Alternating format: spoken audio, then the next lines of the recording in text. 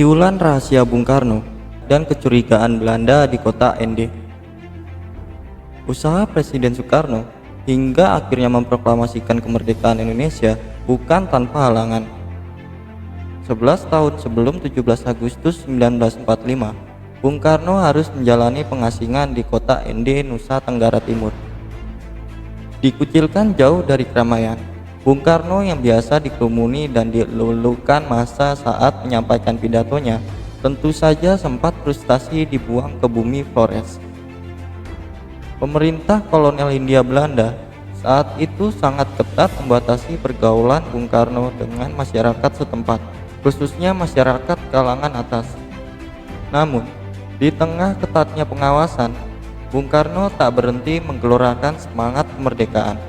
Pengasingan tak mampu membungkam Bung Karno. Bondan Winarno dalam bukunya Berkibarlah Benderaku, Tradisi Pengibaran Bendera Pusaka, menceritakan sepenggal kisah perjalanan hidup Bung Karno di kota Ende. Kisah tersebut merupakan hasil wawancara Bondan dengan Megawati Soekarno Putri yang merupakan putri kandung Bung Karno. Sandi Rahasia. Di Flores, Bung Karno mendirikan grup sandiwara serta mengajari anak-anak menyanyi dan membuat seni melipat kertas atau origami. Saat mengajarkan origami, Bung Karno meminta anak-anak menggunakan kertas berwarna merah putih. Ketika bermain, anak-anak diminta menggabungkan kertas dua warna tersebut sambil dilambai-lambaikan dengan berseru gembira. Selama di pengasingan, Bung Karno menempati sebuah kamar berukuran kecil yang disebutnya ruang hening. Jika pintu kamar tertutup, artinya anak-anak tidak boleh masuk.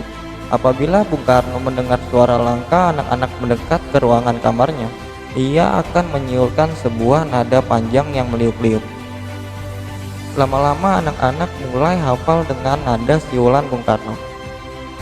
Suatu ketika, Bung Karno mengajak anak-anak piknik ke sebuah jembatan besar di luar kota Ende. Bung Karno membawa makanan kecil untuk dinikmati bersama anak-anak di sana. Di tengah kegembiraan itu, anak-anak mengeluarkan kertas origami berwarna merah putih. Kertas itu dilambai-lambaikan ke udara dengan perasaan riang gembira. Suasana bertambah riang saat anak-anak menirukan irama siulan sandi rahasia yang selama ini mereka dengar dari kamar tidur Bung Karno. Kecurigaan Belanda. Kembalinya dari piknik kecil-kecilan itu, Bung Karno mendapat masalah. Ia pun sampai harus berhadapan dengan jawatan sandi rahasia Hindia Belanda. Bung Karno dituduh melakukan kegiatan terlarang, dan dia dianggap mengibarkan bendera merah putih dan menyanyikan lagu Indonesia Raya yang pertama kali dimunculkan sebagai bendera dan lagu kebangsaan pada Sumpah Pemuda 28 Oktober 1928. Namun, apa yang menjadi dasar tuduhan Belanda itu?